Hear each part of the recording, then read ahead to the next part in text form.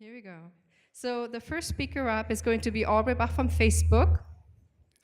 She is a content strategist, very important part of discipline. She is in Facebook's social good team. So the question coming up, technology used for good or not, she's in the social good team. She helps create products that help people become more resilient to crises, find mentorship within the groups they belong to on Facebook, and increase the supply of safe blood across the world. So with that intriguing segue, here is Aubrey Bach. Thanks so much. Welcome her, please. Oh, hi. Thank you so much for that introduction. Like Daniela said, my name is Aubrey Bach. I am a content strategist on Facebook's social good team. A couple of details about that. If you're not familiar with content strategists, we're the people who write everything in the product UI. So all of the words in the product, we partner with product designers and UX researchers to make sure that the experiences make sense and that they have an appropriate voice and tone. And especially in the case of Facebook, with an audience of over 2 billion users, we are in charge of making sure that everything we write can easily be translated into over 70 languages and understood by people with all different levels of reading comprehension. And I work on the social good team, which means that that's a team of products that Facebook has that help people make positive real-world impacts. So things like fundraisers, blood donations, mentorship, and the product I'm going to talk to you about today, which is crisis response. So, what is crisis response? How many people in this room have been near a crisis? So something like an earthquake or a flood or something like that. Even a man-made disaster, something like a building collapse or even a violent incident? Okay. How many of you have ever seen something like this in your newsfeed? Okay. I'm sorry. One of the really tough things about this product is that you only interact with it when something really terrible has happened, either to you or to somebody that you know of, or at least that you're close to it. This is Safety Check. It's a feature of crisis response. It is the core of our product, and it actually started as a hack day project in 2014 after a really terrible earthquake happened in Japan. A group of engineers and designers got together to figure out how can we make it easier for people near a crisis to tell their loved ones that they're safe. And so at its heart, it's fairly simple. You mark yourself safe. It notifies all of your friends that you're okay. It's the very core of our product. It gets activated quite often. Right now, millions of people use this every year to reassure friends, to ask for help and to offer help, to raise money for relief efforts, and to share important information during chaotic times. It gets activated for things like this, which was an image from the earthquake that happened in Mexico City in 2017, caused destruction all over the city and far beyond. It gets activated for floods, like the ones that happened in Peru in the spring of 2017. It got activated last year when a volcano erupted in Guatemala and over 100 people died.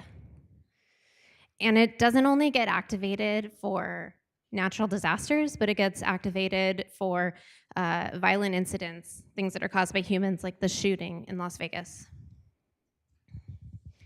So you might be thinking, like, that's good that Facebook does it. That's bad that these things happen. Why are you up here talking about this product that not very many people use?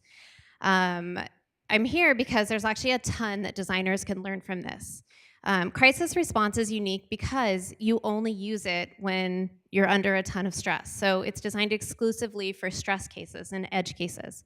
And as designers or researchers or content strategists, a big part of our job is to think about those edge cases and stress cases. So we've been able, through a lot of research, to put together lessons that have helped us build our product that can help you think through what is happening when people who are going through stressful situations are using your products. How can you be more empathetic to them?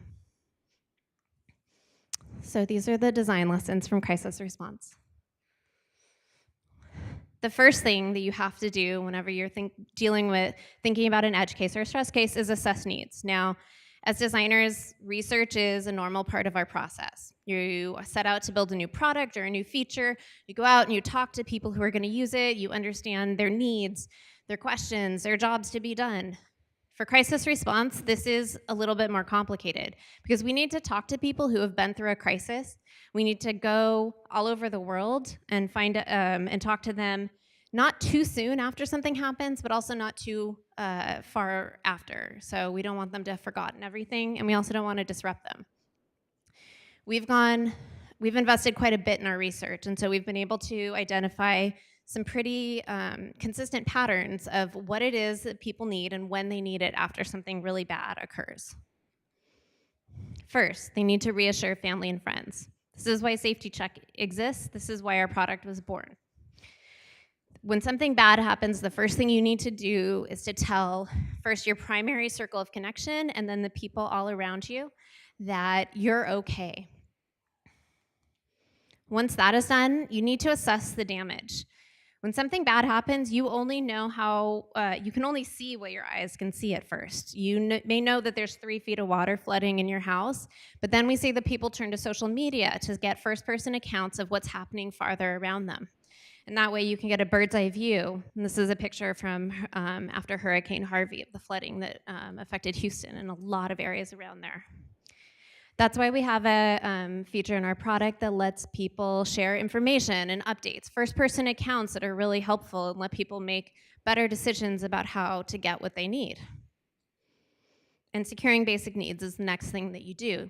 Maslow's hierarchy of needs, you need to find food, water, shelter. You need to make sure that you, your family, the people closest to you are going to be all right.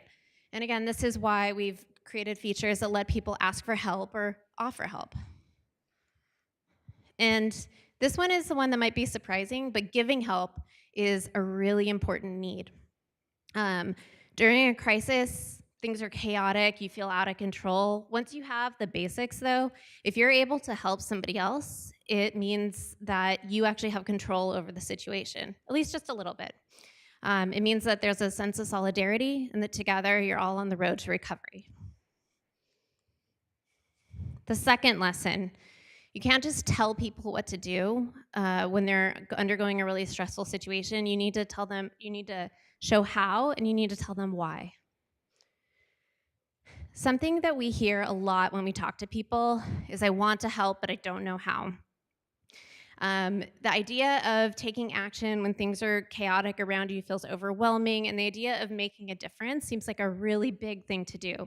So from a content perspective, we lead with really clear headlines that capture your intent, and then we make sure to always show examples. For example, we show what people are asking for, what the most important things are, and by seeing that something like water or clothing or baby supplies can really help people, you suddenly feel like, oh, I can make a difference, I can help my community. Use clarity to minimize anxiety. One of the hardest and worst things I've ever had to do in my career was sit down and create the names for all of the different types of crises that we activate for.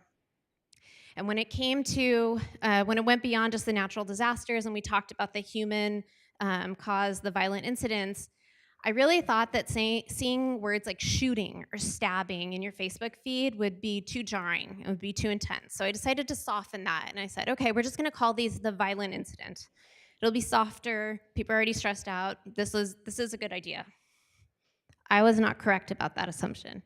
After the shooting in Las Vegas, we went and we took some screens to do some testing and talk to people and hear about their experiences. And the feedback that we got was really strong. We heard people say, seeing the violent incident made me angry. Like Facebook is trying to say, oh, look at all the violence around you. Or as someone said really eloquently, I want specifics. Just tell me what it is. Tell me what I'm looking at, especially if I'm not in the area. The bombing, the shooting. It's much more helpful if you call it what it is. It's gonna suck, but it's gonna be all over the news anyway. We've made this change, and we now say the shooting or the stabbing. Remember that every word matters. As a content strategist, it's literally my job to think about every single word that goes into our product UI, but Sometimes even I'm surprised by how much of a difference one word can make. This is a screen that you see when you have friends near a crisis. You can go, you can see who's marked themselves safe, who said it doesn't apply, and who hasn't taken action yet.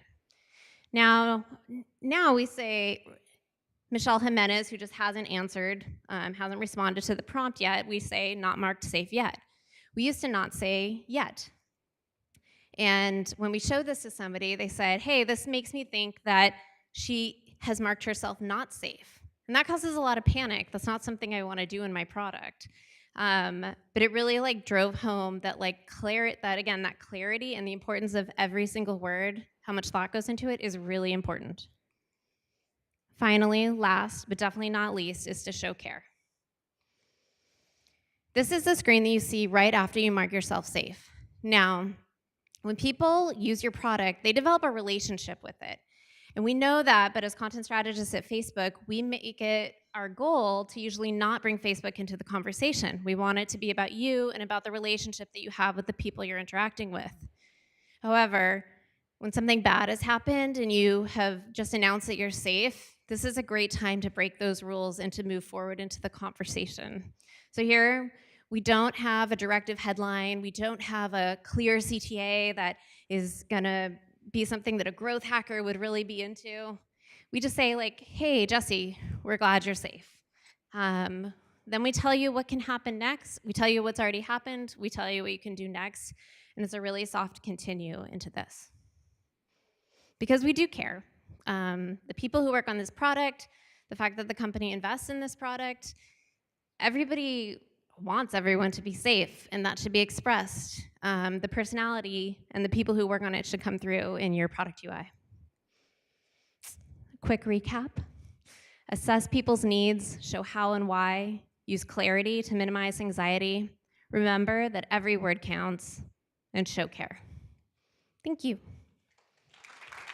Thanks so much, Aubrey.